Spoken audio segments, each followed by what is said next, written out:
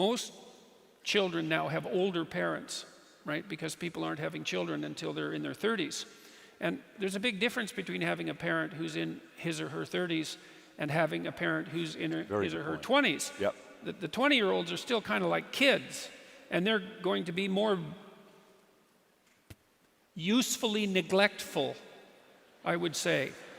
Well, look, one of the things we used to do with my daughter when she was very little was, you know, she was about 1.5 years, is we'd have her in a room alone, and she would usually complain about that for a few minutes, and then she'd find a way to amuse herself. You know, she liked to take books out of shelves and put them back in, and like if you let her get through that initial bit of misery, then she would learn how to regulate herself, and she got very good at that.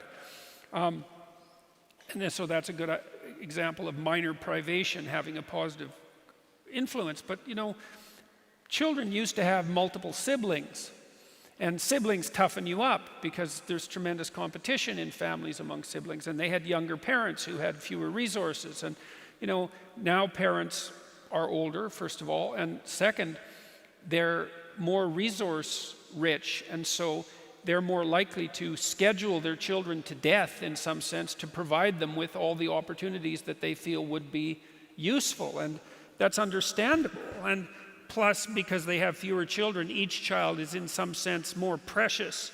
You know, not like if you have 10 children, you don't love all of them, but you know, there's 10 of them.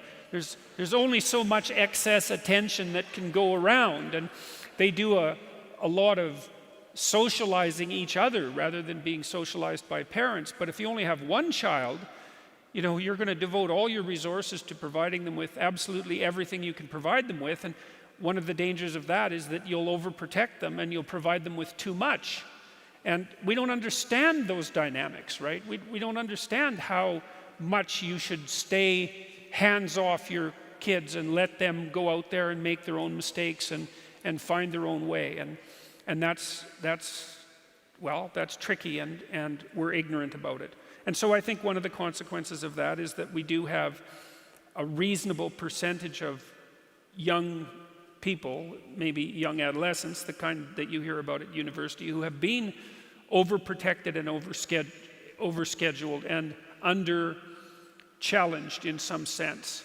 And so they're not very resilient. And then, of course, what's happening in the universities, the safe spaces and the trigger warnings and all of that. Yeah. And there's good recent research on this. Trigger warnings clearly make things worse rather than better.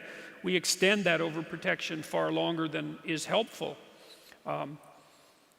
You know, it's hard though, because as I said, when you have resources, you can use them to make your children's lives, let's say, easier. But the question is, like, do you really want to make the life of someone you love easier? And that's an incredibly difficult question.